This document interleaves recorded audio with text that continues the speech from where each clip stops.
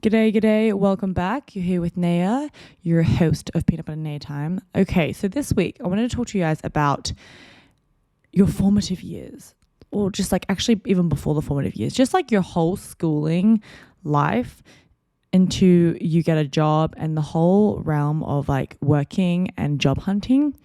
Let's talk about this. So the reason I want to talk about this is just because I feel like when I was younger, I would have really loved to have some of the advice that I'm about to give and just like insights. So here I am. I'm paying it forward and I'm sharing some advice. So yeah, I think let's just be clear. Like I grew up in a very like traditional, I guess like conventional, maybe not traditional, conventional way. Conventional path of education. So I went to primary school, I went to high school, and then I went to university.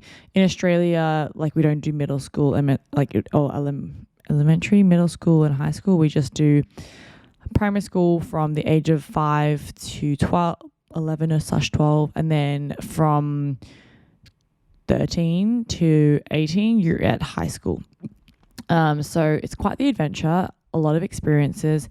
And because of this setup, you end up being at the same school with people for quite a long time. Whereas I feel like in the US and maybe in different countries around the world, some people go to different schools for like 3 years and then they switch. So it feels a little bit more like transient.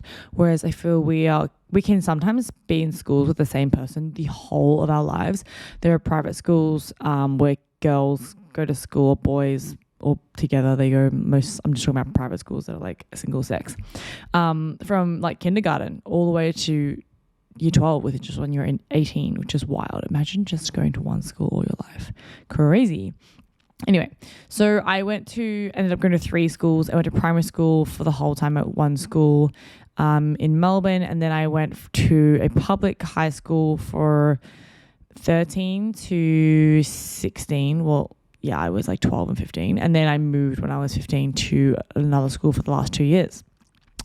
Yeah, and I think like very conventional, kind of didn't really stray too far from the normal path, just did the normal thing. But yeah, I feel like there are things that I wish I knew and I was more aware of when I was younger, going through high school, going through job hunting, that would have really helped me find my path faster as an individual, and not have kind of, I guess, not wasted time. I guess you could say wasted time doing some things that, just were not suited to me. But hey, maybe that's life, right? I guess that is the beauty of life. But I just think there are things that I would have liked to know and been reassured of.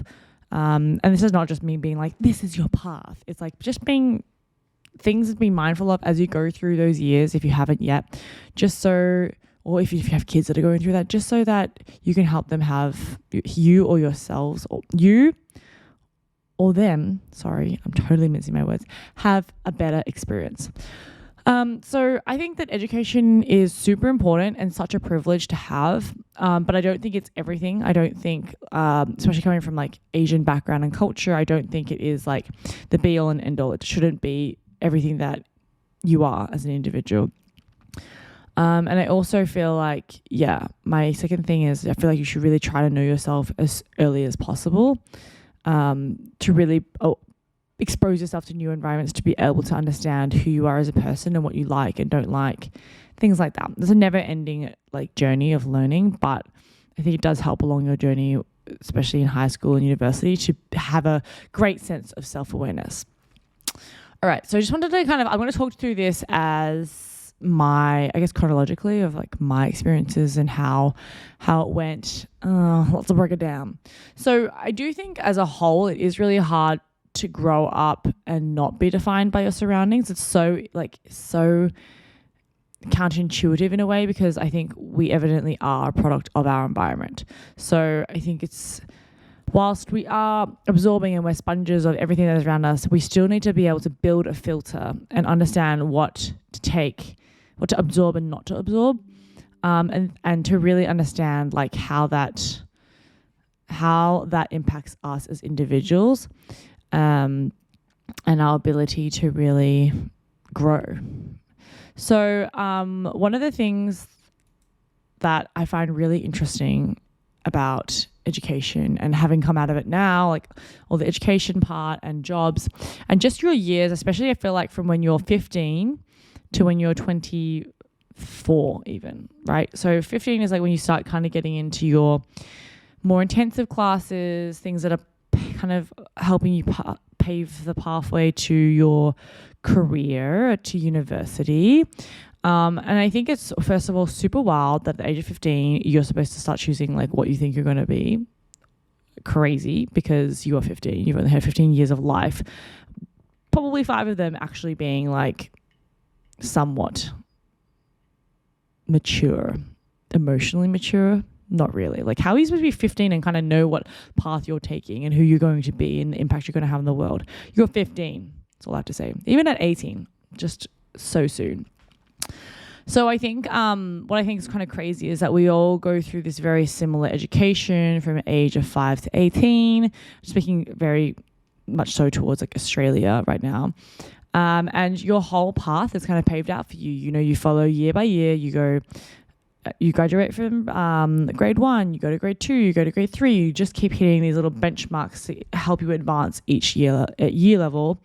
So we really are just, honestly, this sounds a bit sad, but I do feel like we are definitely like in a rat race. And yeah, as soon as we enter the schooling system, we're straight away benchmarked against everybody around us without even knowing it from the age of 5, which is kind of brutal when you think about it. Yeah, so I think it's pretty crazy that we, from the age of 5, without really realizing it, are competing against all these other kids that are our friends and that we're just trying to build relationships with and develop our brains and learn things. And I don't think people realize how, intense that is, that from such a young age, we're already being benchmarked against each other all the time. And I think there are so many different views on education, as there should be. And as we all know, the system that exists is education with exams and tests. Doesn't suit everybody, right? Every kid is different. Every person is different. Not everybody has this brain to be able to memorize and learn a certain way. And there are definitely schools coming up more and more that teach you in different ways. And so I think this brings me to my first point of just really making sure that when you put your child into a school, or you sitting down with your parents and they're trying to choose a school for you, just being able to really choose the right environment to help you thrive and to support you to grow, to constantly grow and guide you along your journey. An example of this was I went to a public high school for 4 years, 7, 8, 9, 10, 4 years. And then I actually randomly applied for a scholarship to this private school. Honestly, I didn't think I was going to get it. It was kind of like an all-rounders scholarship. And I have always been quite a generalist in the sense of like I'm curious about a lot of things, always been involved in a lot of different like subjects, groups, associations, like helping out with a lot of different things. So I just applied for fun to see what would happen. And I actually got an interview. And then I remember we went to the interview and my mum went with me, and after the interview, she was like, wow, okay. I think that was the first time she kind of realized that I had somewhat of like some potential and like saw me as like a real individual person in a sense, with all these thoughts that she'd never seen me share in a certain setting before. I think she was quite taken away based on what she told me. I ended up getting that scholarship. And yeah, my parents were amazing and supported me to be able to go to that high school, even though we couldn't really afford it. Like they just did what it took, as the amazing parents they are. So yeah, anyway, I went to this private high school, and I definitely felt the difference going to this independent private high school that was definitely a lot smaller than my public high school. And they really focused in on you as an individual, and they really knew all of their students and kind of what they needed. And so I remember when I was signing up for classes going into year 11 and 12, which is like our junior and senior year, our final 2 years of high school, I was signing up for like our normal Victorian certification of education, which is like certificate of education, sorry, which is VCE. And you kind of just pick whatever subjects you want and streams based on what your preference is. And I had chosen a wide range of subjects. And I remember having a meeting with our year level coordinator for seniors at that time. And she was also turned out to also be like the head of IB. So that's International Baccalaureate, which is a program I had no idea about because they don't offer that at public school in Australia. So I was like, oh, what's this? And they were saying, oh, like actually in this you do a range of subjects. It's kind of catered towards students who love to learn about kind of a range of things. And it's just more of like an international like curriculum set up that's a bit more, I guess, global per se. And so she was like, I think you should try this and look into it. And so she said, all the subjects that you're doing cater towards that. The only thing is like, would you be curious in doing an art subject or like music or theatre? And at the time I was like, I haven't done art since like year 9. I mean, I like art, but I don't know if I can do it at like a high school senior level that I can like actually get a score to graduate. She was like, why don't you just try it?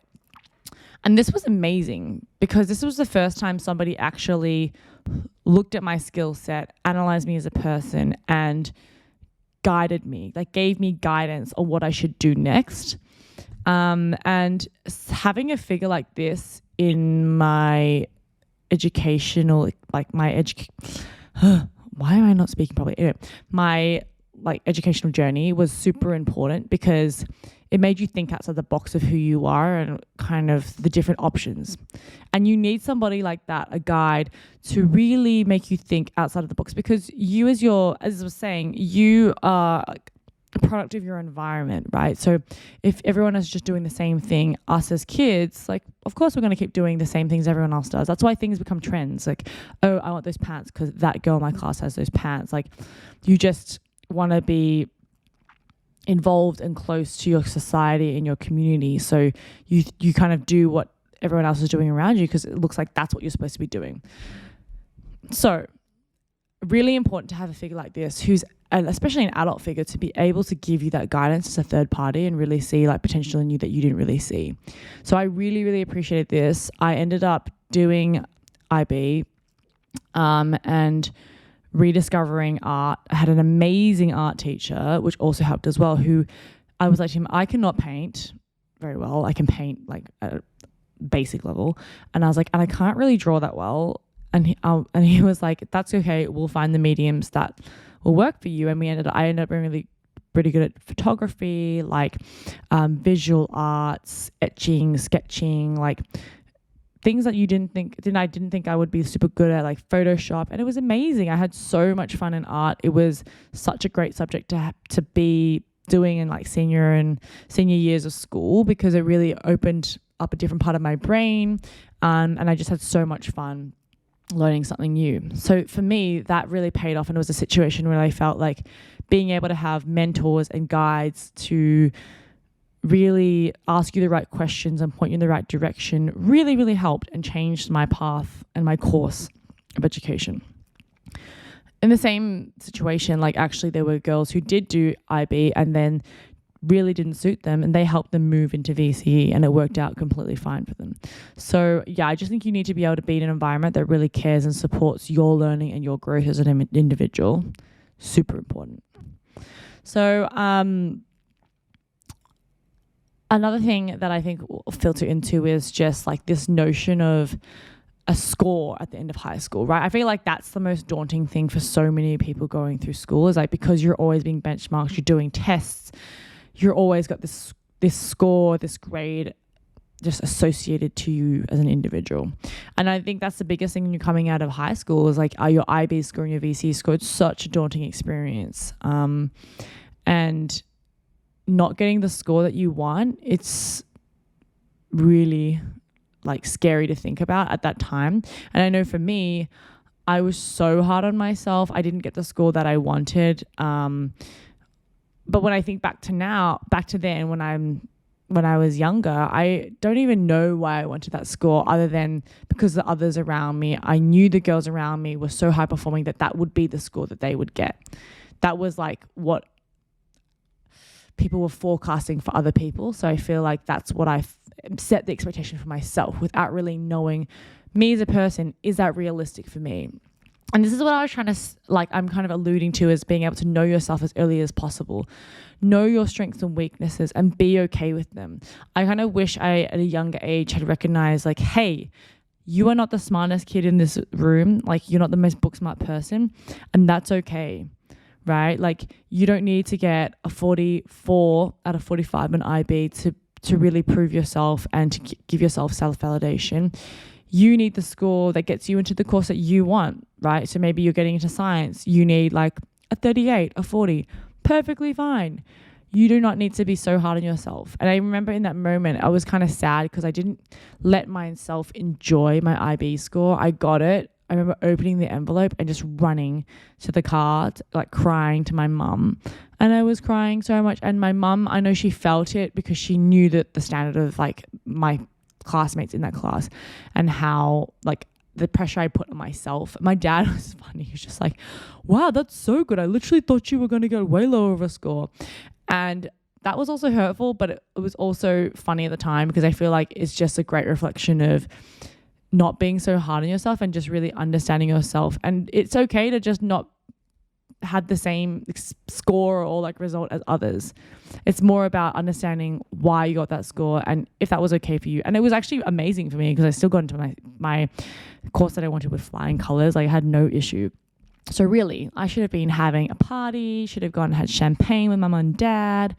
But no, in that moment, I dampened it by the expectations, unrealistic expectation I put on myself based on my environment without really being able to assess who I was and understand that was great for me. And I think that was a trend that I saw, not just in myself, but a lot of people around me. I felt like, we even had like someone come in, our IB coordinator, like had someone come in to do like a meditation class with us because our year level was so intense and like freaking out about scores because everybody in our year level was so high performing. And that was just producing a very stressful environment where we just were all super supportive of each other. But I mean, it makes you think deep down, like, is that how it should be, right? Is education should be putting that much pressure on you? Should we all be comparing ourselves against each other? No, we should be comparing ourselves against our own real skill set, right? Yeah. So that's how I feel about high school. I felt like from my experiences, I really wish that I was able to be less hard on myself and really listen to myself more of who I was and what suited me. But I was super grateful to have really awesome mentors in like my art teacher and my IB coordinator who really didn't make you feel bad about being who you were and like understood us as individuals and tried to offer us as much guidance as they could as possible to really help us explore our strengths and our weaknesses. Okay, stopping for a peanut butter break. Just a quick fact today. Did you know that Jif, so J-I-F, Jif, like this, I'll comment on this later, but Jif sells $1.8 billion of peanut butter a year. Isn't that wild? I don't even like Jif, but just saying, that's pretty crazy. The average consumer loves Jif. But also, is it Jif or GIF? You know, G-I-F, J-I-F. I always call a GIF a GIF. But I'm pretty sure it's a GIF. Or is it a GIF? See? Confusing. I can see how if people were learning English, it's just so confusing. Feel sorry for them. All right. Back to the pod. And then I think we'll talk about uni now. So university is just such a different ball game. You know, high school, you're kind of in a environment with people who are super similar to you. You're all going through the same experiences, and suddenly you're in university and there's kids from all these different high schools and everyone's playing this like, what high school did you go to game? And you encounter so many different individuals, whilst also you're supposed to be starting this new stream, this degree, and going into this stream that's supposed to be feeding into your career and helping you get a job at the age of 18. That's all I have to say. Really, it's a lot of pressure. I think it's crazy. But it is life. And I think, yeah, no way better than just to do it. And so, yeah, I think uni was the time that I kind of realized, I remember having this moment of realizing like, oh, you need to be really like super interested in what you're studying, or if you're not super interested in it, you have to be really good at it and like should have a skill in it to do well. And I would like to say I went to science. After I finished high school, before I went to university, I actually took a year off, so I took a gap year. And this was the most insightful time of my life where I really learned so much about myself. At the age of 17, about who I was as an individual. I got to see myself in a work situation. I'd worked before at like a gelato place for a while, but it was really good to be on my own, living alone, getting independent, growing up. And I think it did wonders for me, especially coming out of high school. And it was really good to have this time to really understand who I was, as opposed to just thrusting myself straight into university, where I think I would have been probably even worse off. I think I came back from my gap year really having a stronger sense of who I was. And it made me be able to make big decisions in university that were not easy a lot faster. So I went into university in a science degree, and just making it clear, yes, I had grown a little wiser, but I was still very naive. I had watched into the internship on the plane home, I think from England, where I was in my gap year, and I was inspired by this, obviously now as I know it, very big Google advertisement for the movie The Internship, was just all about Google. Anyway, so I was like, oh my God, I want to be a software engineer, which is actually great foresight because technology was thriving. But I was super inspired by that movie. So I chose my major for science to be computer engineering, which is crazy wild, guys, because this gal, she not a mathematician. She ain't no engineering gal, okay? But anyway, these are the life lessons that you go through when you don't accept who you are sooner, but they are lessons that help me along the way. So I go into computer engineering. I do calculus 1. I did like foundations of like coding, Python. Oh my God, no, not for me. I can laugh about it now. I failed that class and I failed calculus. And I remember my mum just being like, are you okay?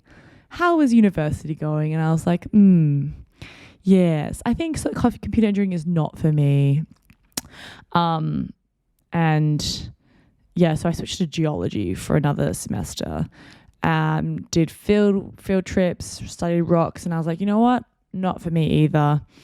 And I think the good thing that I had taken from my gap year was understanding myself better and being able to just make decisions to try different things and not keep barking up the wrong tree, as like that's slang term. But yeah, I didn't bark up the wrong tree for too long and I just got on with it, right? I didn't beat the dead horse. And so I was like, okay, you know what? Maybe science isn't for me. And I tried to switch degrees and I ended up switching into law, which suited me way better. And I had to go to a different university for that. But I had to go through such an ordeal of all these like switching universities and like switching courses that it really made me realize, oh my gosh, I really wish that I had thought a little bit harder about the degree that I went into and whether it really suited me before I had done all that. In hindsight, I'm really glad that I did it so early, and I know it was a good decision to not waste like trying to finish a degree that I was not going to be good at / get a job out of, because I wasn't passionate about it. But yeah, I think there's twofold to this. One, I was really glad that I went on my gap year, that I was able to understand myself better, that I was able to make decisions to switch university. But at the same time, I wish that I did have better career counselling in high school that did guide me down the right path for degree, but also wish that I had thought harder about that and been more mature about understanding what really was right for me. And I think maybe most of it's to blame on myself, just not being like emotionally and mature enough to really decide a good path for myself. But in saying that, I would like to say life is for learning. I was only 18 and 19, about that age. So I think good lessons to learn early on in life. So I would say I think high school and uni was a little bit stumbly for me. I think I was slowly accepting who I was, breaking out of this mold of trying to be like everybody around me, being really influenced by my peers and the stages that they were at. And I think when I moved into working was when I really started to thrive and not care so much about my surroundings. So I think coming out of university, I definitely played the same game as everybody else, which was like, all right, let me apply for PwC, EY, like Deloitte, all this stuff, right? Want to become a consultant, blah, blah, blah, like want to do accounting, want to do be a lawyer, do the internship. And by doing these things, I was getting stressed out about it, even though actually I didn't really have a strong interest in that at all. It's just what I thought I wanted because all of my peers were applying for that. And it's that constant like going back to that pressure of, oh, I'm going to do a science degree because all my other peers are doing a science degree. It seems like the right thing to do. I got the score for it. Moving on to work. Oh, I'm going to apply for these jobs because it seems like that's the hot job to have and everybody wants to actually do that. And I think I was still failing to like sit back and really and accept like and analyze who am I, what am I good at, what do I want to do. And I think the thing that really helped me do that and break me out of that shell was traveling and working. So I worked uni jobs I've worked jobs ever since I was 15 and they were great. I did sales roles. I did call center jobs. I did labor jobs where I would like make drinks and juices. And it was so good for me because it really made me learn about myself in different situations and what I liked and I didn't like. I can tell you right now, I do not like sales. Not for me. I'm not a good salesperson. I have to like truly believe so deeply in the product to be able to sell it. I can't do like fake sales. It's not for me. But it was great being able to work in different jobs and to really learn about who I was very, very quickly and put myself in, those real situations with strangers where you need to think on your feet, problem solve, build relationships with individuals. And it was super, super eye-opening. The other thing was traveling. I think the later years of my university, I just started traveling more and more every break, doing like work integrated learning overseas. And it was really, I just started to kind of follow my intuition and my interest, I think in the later years of university, which really allowed me to see new ways of learning, see new angles of myself as an individual, and start to think outside of the box as to who I wanted to be and what the paths were that I could take. And I love that. I think it was so important because it really, at some point, and I can't tell you exactly specifically when, it suddenly gave me this ease and this comfort of, I don't need that grad job. I don't need the grad job that everyone needs at PwC. I don't need that grad job that everybody needs at that law firm. I am okay with not getting that grad job, and I'm gonna be honest with myself, I probably won't get it because I don't have the scores to get it and I don't have the experience and I'm not a standout like law student. I think that was like my honest feedback to myself, and that was okay. But what I thought more was like, I'm not stressed out by that because I've seen the world relatively. I've worked in different jobs and I know what I'm good at. I know what different roles people can go into and what different paths there are.